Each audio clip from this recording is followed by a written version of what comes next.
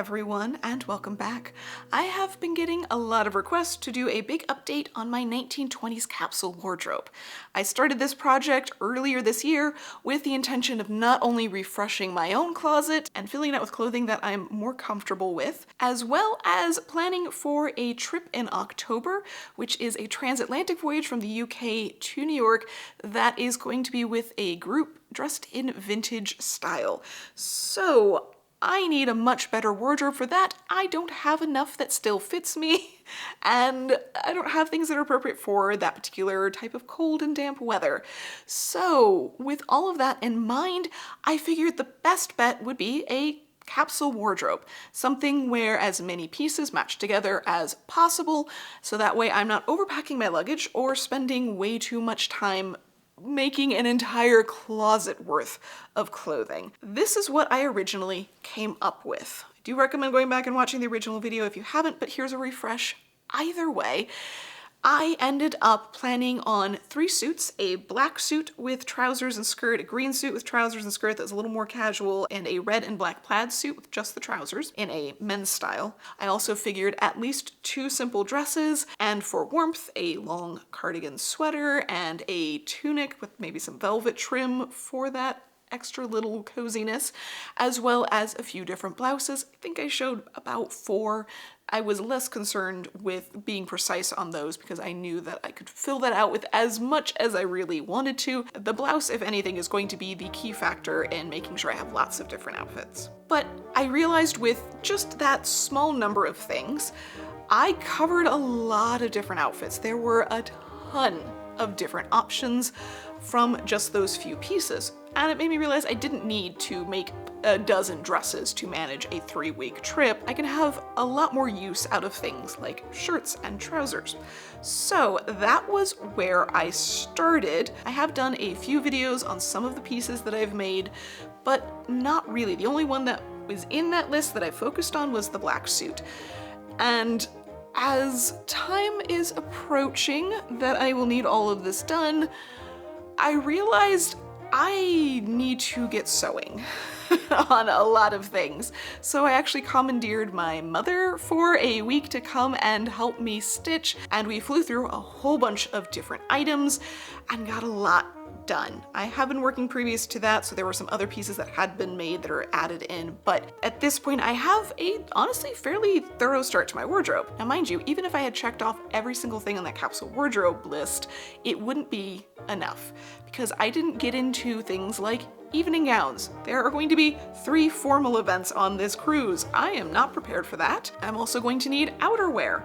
I'm also going to need accessories. I don't have anything mentioned for hats or purses, shoes, stockings, anything like that. So that's also another section I need to do all my planning on.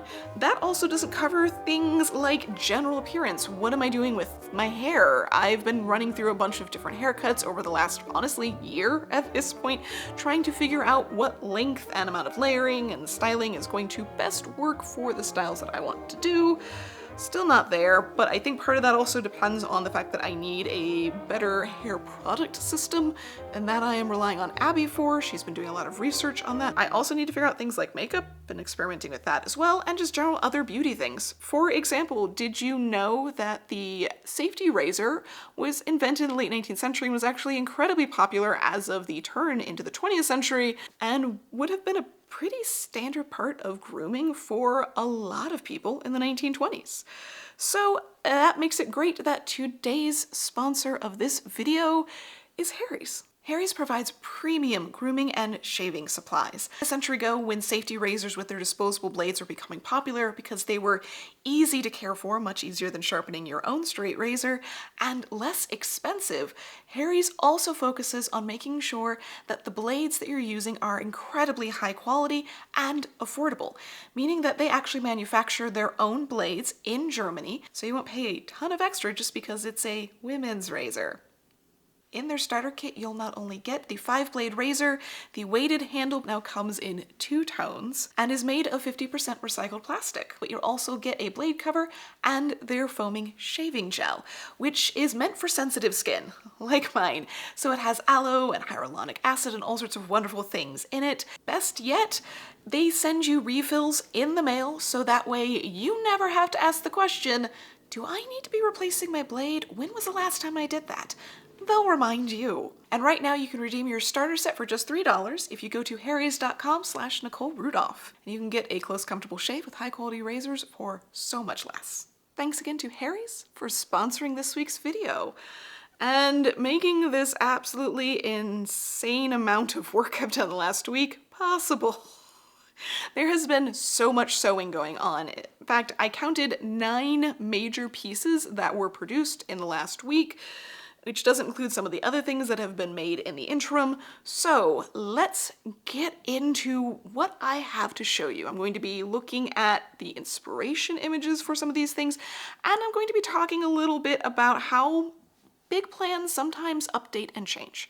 I've mentioned before that I usually operate big projects on a good, better, best system where I know what I need and I start with that, and there are some things that would be, great to have later. So I started off everything with the most important key piece to me, which was the black suit. That's why that was the very first project and happened pretty much immediately. It is a really lovely early 1920s style plain black wool with a little bit of embroidery to zazz it up a bit, and has a matching skirt and a pair of trousers, which is built off of a men's style trouser pattern of the era. I'm going to be inevitably mixing some menswear and women's wear together for this capsule wardrobe because that's just my style. This could obviously be adapted either way pretty easily. So I have that black suit that I've already made. Next, I made the green suit. Knew that was also going to be a pretty essential part of my wardrobe, and I knew exactly what I wanted that to look like. I had the fabric and I had the plan. The inspiration for the jacket came from a tailor's magazine, just a tiny little drawing that I went off of for that, and I used one of my standard wide leg trouser patterns because I know it's comfortable for me. It's not really accurate to the 1920s, but I feel like it will blend really well, and the skirt was also inspired by quite a few different fashion plates. I chose something that had pleats in the front so that way I could still move around really easily and be pretty comfortable. Since the jacket is both unlined and unstructured, this is meant to be a bit more of a casual ensemble. The third suit I had planned was the red and black plaid. That has been put on the back burner, as it were, and I won't be trying to accomplish that for this trip. The main reason is that I want to do an entire video talking about the mannish mode of the 1920s and 30s. I want to do an entire video looking at the construction and the really detailed tailoring on that garment, and that is a lot of time. And that suit, quite frankly, is the least coordinating piece out of the entire capsule design. So that is going to be for later. I'm thinking perhaps a December project after I've recovered from everything. So that'll still happen, just not right now. I am, however, replacing it with something that's a little bit easier because I actually made a 1920s suit jacket out of a cranberry tweed back in the early part of 2020. I had grand intentions. The rest of the suit did not follow, nor any of the other pieces I planned on. But I already have that jacket and it works really well in terms of color with all of the other things I had planned. So I just needed to take the rest of the fabric that I had and make a skirt to go with it. And so that was part of last week's plans. That was one of the first things I made because I knew I needed that skirt that gave me a full suit. So then I have 3 suits that can mix and match incredibly well. From there, I knew I needed dresses, day dresses. I first started with the light blue. I already had a wool crepe that was perfect for this. It was the core color that I really want to use as the color that matches with everything else. It goes with the rusty red, it goes with the emerald green, it goes with black really well. So this is honestly a pretty neutral color. And I originally planned on making this style of dress with it, but the more I looked at it, the more I knew I wanted to alter something about it. I didn't think I was going to get that much use out of that particular style. I could put a jacket over it, yes, but it wasn't quite there. So I ended up going back and looking through I don't even know how many fashion plates, and I came across this one, which I absolutely fell in love with. But again, not very practical, especially with those sleeves. That's not going to fit under a suit jacket. That's not going to be as useful as I need it to be. So I ended up splitting the dress into two. I have a short sleeve version that was inspired by these two images, and over that is a jacket out of the matching crepe. It's the same fabric, so once it's all together, it has the same waist length and waistband. It looks like a coordinated set or even like a single piece dress. But the short sleeve dress can work really well under the suits or under sweaters. Vary it up, I can take that jacket and put it over a different skirt or trousers. So now all of a sudden that dress has so many more iterations that I can have with it.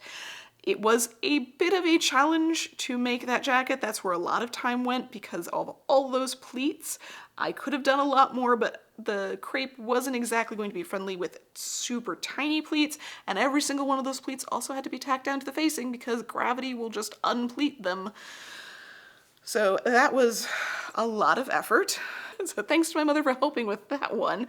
That was definitely something she suffered through. That was a good place to start for dresses.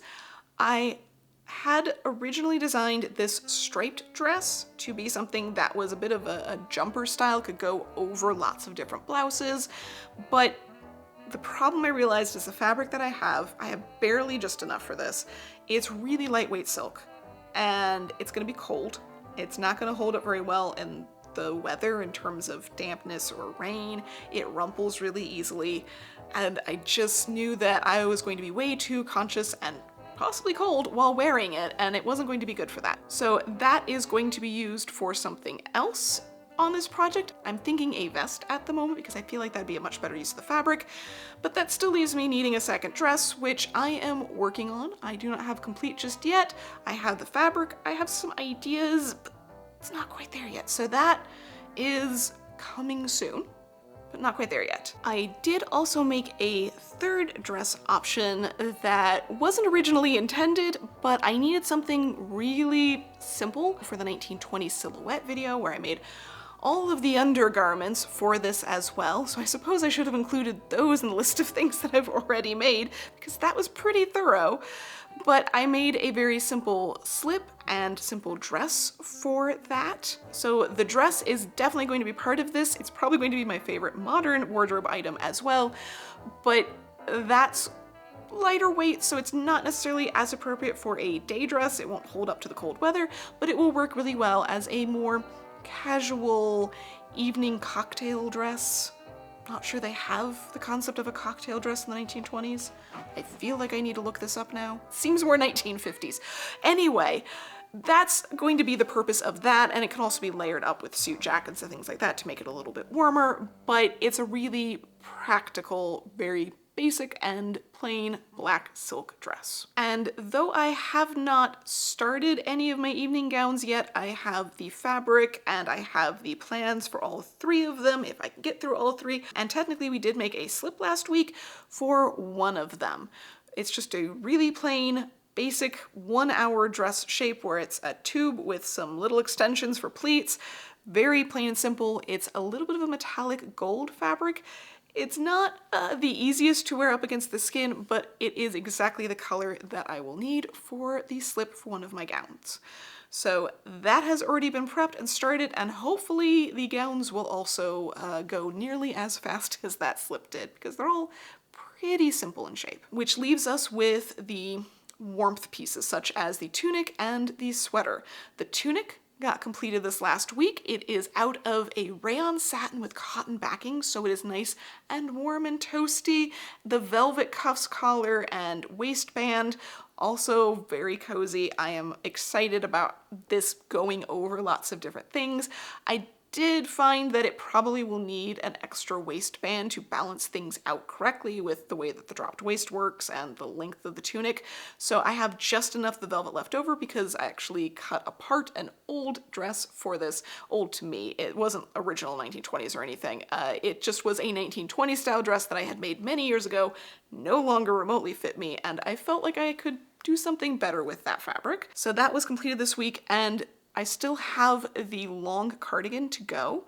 That is going to be made out of a black knit fabric. with the exception of the cuffs and collar, which I am knitting by hand.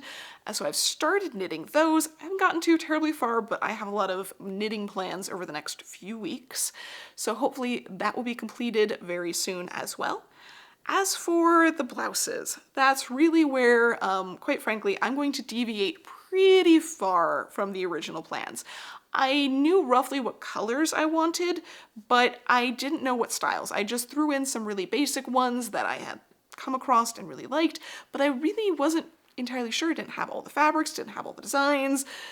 So that was where most of my time was spent in the last week. We ended up making 5 blouses for this in quite a variety of styles. Starting off with the yellow blouse. This is a different yellow fabric than the other one I looked at before because that ended up being just a little bit too heavy for what I needed. So this is a much lighter weight silk satin, and this is a very detail-oriented blouse, to say the least. I knew that I didn't want to make plain things because I can buy a button-up shirt pretty easily to go under any of my suits. However, I can't buy really interesting 1920s style blouses and shirts. So the design for this was very intentionally distinct. And I based it off of mostly this fashion plate, ended up changing it up a bit because I wanted sleeves that fit better into suit jackets. We also discovered how difficult it is to make the really, really narrow piping that's needed to make those button loops. Getting this one to turn and not completely fray and destroy itself in the process was already enough magic. We didn't feel like we could repeat that twice. So one of them is enough, doesn't need to go all the way up the collar. So that piece can be worn on the outside or tucked in as need be to give a couple different styles, can fit well under suit jackets or on its own. Then I have a really, really simple rust-colored silk blouse. This was very intentionally simple. I found this lovely applique piece with embroidery and all beautiful colors, went through and figured out what color it went best over, and knew that that was going to be the point of the entire shirt. I didn't need to make the rest of it super complicated. If anything, simple was better. It's going to be really great as a basic shell underneath of a lot of other pieces. So simple was best for that one. Then I moved back to a little bit more complication with the blue blouse. This is the same sort of soft robin's egg blue range as the wool, as some of the other things that I'm working on. And this I decided to go with a wrap front style because I hadn't done that yet. This is sort of a mashup of a lot of different shirts for that reason. Crosses over in front, nice shawl collar, a pretty simple sleeve with a little bit of a corner taken out, make it a bit more showy, but nothing too crazy. Definitely meant to be very functional, since again, it's the color that really goes with everything. Then we move on to the plain cream blouse, which I got this really lovely complex weave silk for. And I knew that I didn't want to do something that interrupted that pattern too much. I needed a very, very simple style, so I went with what is essentially just a T shape. There's almost nothing to it aside from a couple of seams that break up the pattern in order to add some interest to it. It's going to look absolutely gorgeous with a long statement necklace hanging down in front of it. So I'm very excited about the simplicity of that particular shirt. Then I also have a black silk shirt that I made up as the last piece. This is the same black silk that I used for the dress earlier. So these are not necessarily meant to go together, but I suppose they could. The black blouse is very simple. I found this trim, which again, went through all the colors, found that it looked really good on top of a very simple and plain black, and it needed to be on an area that wasn't going to get tension and pull. It's meant to just be basted on so I can remove it easily for washing the blouse. So I ended up with a style that fastens off center up at the top with a really beautiful big button. Then you get that line of the trim. So again, very simple style, will do well under a suit if I need it to, but also does really well on its own. So that covers a lot of different pieces that I already have made up. Like I said, I have quite a few pieces planned. I know I want to make probably a couple vests. I need 2 or 3 evening gowns. I have the fabric and plans for 3 of them, so hopefully that'll happen. I am also going to be making a pair of walking Oxfords. I would like to try and squeeze in a pair of evening shoes, and I still need things like hats and other accessory bits, so we'll see where we get to, how much I manage to accomplish in the next few weeks, because October is quickly advancing. So with that, I should probably get back to working on more things. But that is the general update of where I am currently. I know I was just showing you the really simple pieces. I wasn't showing them all made up in different outfits and accessorized, because I feel like that's going to be the main point of the actual trip. 3 weeks, a relatively small amount of clothing for the number of outfits that I'm going to need. So that's going to be the fun part of that challenge. How do I accessorize and mix and match things in order to make tons of different outfits for this 3-week trip? So I suppose all of that and all of the other pieces that I need to make will get their final reveal probably in November, since I don't get back till the very end of October. But I should still have a few more videos on this topic between now and then. I definitely have a lot of ideas. It's just a question of how much time I have to make them all up. So, sticking to my good, better, best, I've accomplished good. Let's move on to better.